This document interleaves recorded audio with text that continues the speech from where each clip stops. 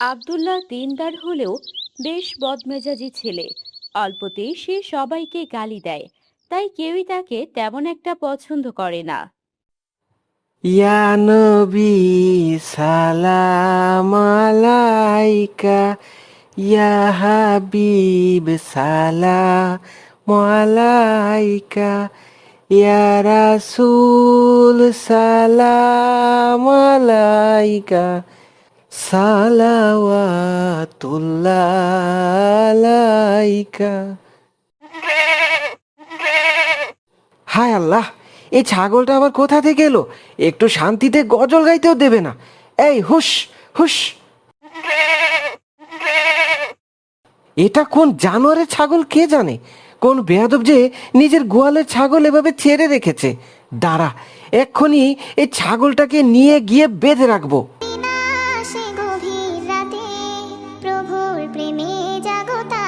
আসলে ছাগলটাকে ধরে বাড়ির উদ্দেশ্যে রওনা হয়।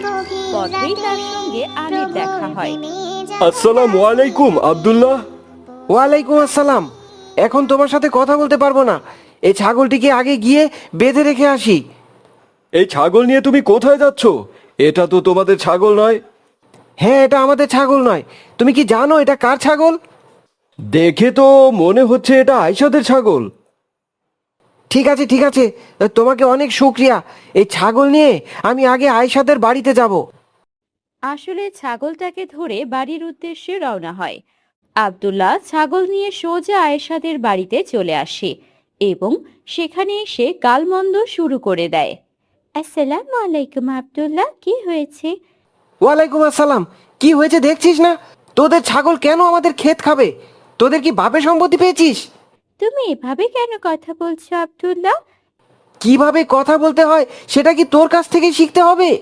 ছাগলটা না হয় ক্ষেত খেয়েছে, তাই বলে তুমি আমার সাথে এভাবে কথা বলবে? আমি কিন্তু মাকে বলে দেব।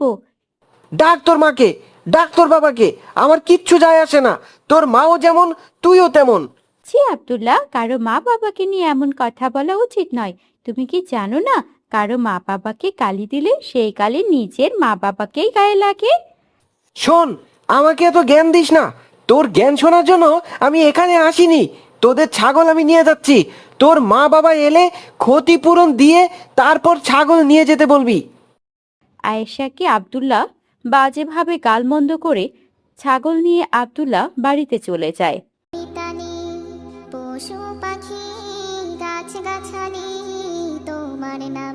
কি ব্যাপার আব্দুল্লাহ, এটা কার ছাগল নিয়ে এলে? এই ছাগলটা আমাদের ক্ষেত খাচ্ছিল, তাই ধরে নিয়ে এলাম। কিন্তু ছাগলটা আমাদের বাড়ি নিয়ে আসার কি দরকার ছিল? এটা যার ছাগল তাকে ফেরত দিয়ে বুঝিয়ে বললেই হতো। তুমি কি পাগল হয়ে গেছো নাকি মা? আমাদের ক্ষেত নষ্ট করেছে, আর আমি তাদের সাথে ভালো ব্যবহার করে বুঝিয়ে শুনিয়ে ছাগল দিয়ে আসবো? এভাবে কেন বলছো বাবা? ছাগল তো আর মানুষ না জেনে জ্ঞান বুদ্ধি থাকবে, ভুল করে খেতে ঢুকে গেছে। আরে তুমি চুপ করো তো মা। এটা আয়শাদের ছাগল। ওর বাবা মা এসে আমাদের ক্ষতিপূরণ দিলে তারপরেই ছাগল নিয়ে যাবে। কিন্তু বাবা, তোমাকে চুপ করতে বলেছি না? যাও, এখনই ছাগলটা বেঁধে আসো। আর এই ছাগলটাকে একটা খাবারও দেবে না বলছি। আমি ঘরে যাচ্ছি। আব্দুল্লাহ তার মায়ের সঙ্গে খারাপ ব্যবহার করে ঘরে চলে যায়। কিছুক্ষণ পর আব্দুল্লাহদের বাড়িতে তার মামা আসেন। আব্দুল্লাহ কোথায়? ভাগ্নে, ও ভাগ্নে। আরে ভাই তুই, আয় আয় ভেতরে আয়। আসসালামু আলাইকুম মামা। ওয়ালাইকুম আসসালাম। কি রে ভাগ্নে, তোর কি মন খারাপ নাকি? না মামা, তেমন কিছু না। তোর ভাগ্নে কার না কার একটা ছাগল ধরে এনেছে আর সবার সঙ্গে খারাপ ব্যবহার করে বেড়াচ্ছে। বলতো দেখি, একে নিয়ে কি করি? খারাপ ব্যবহার করব না তো কি? অবশ্যই খারাপ ব্যবহার করব। এসব কি বলছিস ভাগ্নে? খারাপ ব্যবহার করা কি ভালো নাকি? যে আমাদের ক্ষতি করবে তার সাথে আমরা কেন ভালো ব্যবহার করব? এসব মানুষদের গালি না দিলে আমার শান্তি হয় না। এটা তো খুবই খারাপ কাজ ভাগ্নে। এমনটা করা তোমার একদম উচিত নয়। কেন উচিত নয়, কেন? ইসলামের দৃষ্টিতে গালি দেওয়া সম্পূর্ণ হারাম এবং কবিরা গুনাহ। কথায় কথায় গালি দেওয়া মুনাফিকের লক্ষণ। এবং এটি মানুষের সম্মানহানি ঘটায়। রাসূলুল্লাহ সাল্লাল্লাহু আলাইহি ওয়াসাল্লাম বলেছেন, মুসলমানকে গালি দেওয়া ফাসেকি, মানে পাপাচার। কিন্তু আমি তো ইচ্ছে করে গালি দেইনি, ওদের ছাগল আমাদের ক্ষেত নষ্ট করেছে, তাই আমি গালি দিয়েছি। তুমি তো আরো বড় খারাপ কাজ করে ফেলেছো ভাগ্নে। এটা আবার কিভাবে খারাপ কাজ হলো? ওদের ছাগল তো আমাদের ক্ষেত নষ্ট করেছে, এতে তো আমাদেরই ক্ষতি হয়েছে। শোনো তবে, প্রিয় নবী হযরত মুহাম্মদ সাল্লাল্লাহু আলাইহি ওয়াসাল্লাম বলেছেন, কোনো মুসলিম যদি কোনো গাছ লাগায় বা ফসল বনে এবং তা থেকে কোনো মানুষ বা পশু পাখি খায়, তবে তা ওই ব্যক্তির জন্য সদকা বা দান হিসেবে লেখা হবে। তার মানে আয়েশাদের ছাগল আমাদের ক্ষেত খাওয়াতে আমরা কি সৎকার সব পেয়েছি? হ্যাঁ, অবশ্যই পেয়েছো। কিন্তু মামা, আমি যে আয়েশার সাথে অনেক খারাপ ব্যবহার করে ফেলেছি এবং ওর মা বাবাকে নিয়েও গালি দিয়েছি। এটা তুমি খুব খারাপ কাজ করেছো ভাগ্নে। এক্ষুনি ছাগল ফেরত দিয়ে এসো আর ক্ষমা চেয়ে এসো। ঠিক আছে মামা। এরপর আব্দুল্লাহ আয়েশাকে ছাগলটি ফেরত দেয় এবং তাদের কাছে ক্ষমা চায়। এর আগের ভিডিওতে কুইজের সঠিক উত্তর দিয়েছে জান্নাতুল ফেরদৌস, আদর, আব্দুল্লাহ, নওরিন, তাকিয়া, সুমাইয়া ও আরও অনেকে। আজকের কুইজ হলো, ফাতেমা রাদিয়াল্লাহু আনহু তাআলা এর স্বামীর নাম কি? আসসালামু আলাইকুম ফাতেমা। ওয়ালাইকুম আসসালাম ভাইয়া। এই দেখো, বাবার কাছ থেকে টাকা নিয়ে আমি কত সুন্দর একটা জার্সি কিনেছি। এটা কোনো জার্সি হলো? তার থেকে তো আর্জেন্টিনার জার্সি সুন্দর দেখতে। হাহা, তুই খেলাধুলার কি বুঝিস? আমাদের কাছে 5টা বিশ্বকাপ আছে, তোদের কাছে কি আছে রে? গত বিশ্বকাপে যে আমরা ওয়ার্ল্ড কাপ জিতলাম, সেটা কি তোমাদের মনে নেই? তোরা তো প্লান্টি দিয়ে বিশ্বকাপ জিতেছিস, আবার বড় বড় কথা বলছিস। দুই ভাই বোনের তর্কের মাঝে আব্দুল্লাহ চলে আসে। আসসালামু আলাইকুম হামজা, তোমরা দুজন কি নিয়ে ঝগড়া করছো? আব্দুল্লাহ ভাইয়া, তোমাকে এসব বুঝিয়ে কি কোনো লাভ আছে? তুমি তো বিশ্বকাপ দেখোই না। হ্যাঁ, ফাতেমা ঠিকই বলেছে। তুই এত বড় একটা ছেলে, বিশ্বকাপ দেখিস না? তুই তো খুব খ্যাত হয়ে গেছিস রে। ওসব বাদ দে, চল আমরা খেলতে যাই। ধুর, তোর সাথে কে খেলবে? আমি তো খেলবো ব্রাজিল ফ্যানদের সাথে। তুই বাড়ি চলে যা। হামজা তখন আব্দুল্লাহকে খেলার জন্য মানা করে দেয়। তখন আব্দুল্লাহ মন খারাপ করে বাড়ি চলে আসে। আসসালামু আলাইকুম আব্দুল্লাহ। ওয়ালাইকুম আসসালাম মা। কি ব্যাপার আব্দুল্লাহ, তোমার মন খারাপ কেন? ও তুমি বুঝবে না মা। মায়েরা সব বোঝে বাবা, বলো তোমার কি হয়েছে? মা, আমার কিছু টাকা লাগবে, আমি একটা জিনিস কিনবো। কি জিনিস কিনবে বাবা? উফ, শুরু হয়ে গেল তো। কিছু একটা কিনতে চাইলে কি কিনবো, কোথায় কিনবো, সব শুরু করে দাও।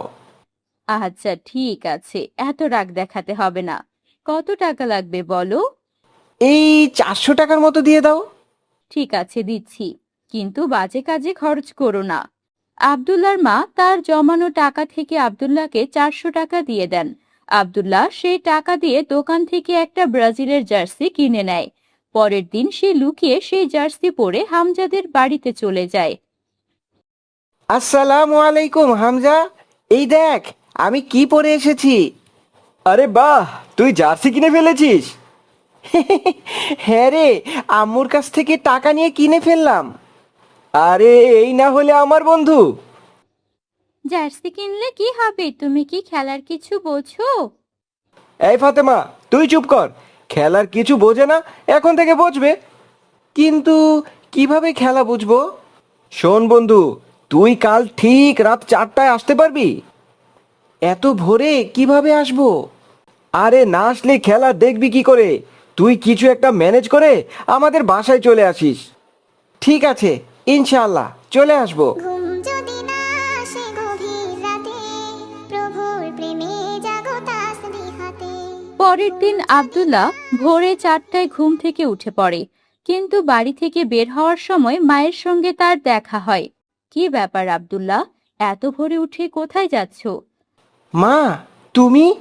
আসলে হ্যাঁ, আমি তো নামাজে যাচ্ছি মা। আজকে একটু তাড়াতাড়ি যাচ্ছ দেখি। ভোরের আবহাওয়াটা একটু গায়ে মাখতে চাই। প্রবাদে আছে না, সকালবেলার হাওয়া 1000 টাকার দাওয়া। আচ্ছা যাও, কিন্তু সাবধানে ফিরে এসো। আল্লাহ হাফেজ। আল্লাহ হাফেজ মা। ওর প্রেমে জাগো তাসবিহাতে, পশু পাখি গাছ গাছালি তোমার নামে জেগে করে মিতালি। পশু পাখি মায়ের কাছে মিথ্যা বলে আব্দুল্লাহ হামজার বাড়িতে চলে আসে। হামজারও ততক্ষণে ঘুম থেকে উঠে পড়েছে। ভাইয়া দেখো, আব্দুল্লাহ ভাইয়া চলে এসেছে। এই তো ঠিক সময় চলে এসেছিস। কিছুক্ষণ মজা মাস্তি করব, খাওয়া দাওয়া করব, তারপর একসাথে বসে খেলা দেখব। ঠিক আছে দোস্ত। এই দেখ, এখানে কত খাবার, কোকা কোলা, চিপস, আরো কত কি। চল ফাতেমা, সবগুলো রেডি কর। তোরা রেডি কর, আমি লুকিয়ে জার্সি নিয়ে এসেছি, এটা এখন পরে নেই। আব্দুল্লাহ এদিকে তার বন্ধুদের সাথে খেলা দেখায় ব্যস্ত। অন্যদিকে আব্দুল্লাহর বাবা মসজিদ থেকে নামাজ পড়ে এসে দেখেন আব্দুল্লাহ বাসায় নেই। আচ্ছা, আব্দুল্লাহকে দেখতাছি না, ও কি আজকে নামাজে যায়নি? ও তো আজকে খুব সকাল সকাল নামাজের জন্য বেরিয়ে গেছে। কি বলছো? আমি তো ওকে মসজিদেই দেখলাম না। সে কি, ও তো আমাকে বলে গেল যে মসজিদে যাচ্ছে, আর তুমি বলছো মসজিদে ছিল না? ও তো বাসায়ও আসেনি। কোনো বিপদ আপদ হয়ে গেল না তো? ও আবার অন্য কোথাও চলে যায়নি তো? ইন্না লিল্লাহ। তুমি একটা কাজ করো, ওর বন্ধু হামজার বাড়িতে গিয়ে দেখো তো একবার ওখানে আছে কিনা। ঠিক আছে ঠিক আছে, আমি যাচ্ছি। আব্দুল্লাহর বাবা দেরি না করে হামজার বাড়িতে চলে আসেন। মানুষ হয়ে তোমরা কেন, মানুষ হয়ে তোমরা আব্দুল্লাহ, তুমি এখানে কি করছো? বাবা, তুমি তুমি এখানে কিভাবে?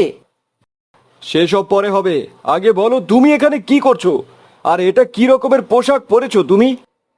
আঙ্কেল, এটা তো জার্সি, ব্রাজিল টিমের জার্সি। এই জার্সি তোমরা কেন পরেছো? কারণ আমরা এই দলগুলোকে সাপোর্ট করি, তাই এই দলের জার্সি পরেছি। তোমরা ওদের সমর্থন করো? তোমরা কি জানো না এগুলো করা আল্লাহ পাক পছন্দ করেন না? আল্লাহ কেন পছন্দ করবেন না বাবা? আমরা তো কোনো খারাপ কাজ করছি না। তোমরা যাদের সমর্থন করছো তারা প্রত্যেকেই কাফির। তুমি মুসলিম হয়ে কাফিরদের সমর্থন করছো, সেই কাফিরদের যারা ফিলিস্তিনের উপর বর্বর অত্যাচার করে, যারা ইসরায়েলকে সমর্থন করে। কিন্তু আমরা তো ইসরায়েলকে সমর্থন করি না, আমরা তো ফিলিস্তিনিদের ভালোবাসি। ভালোবাসা?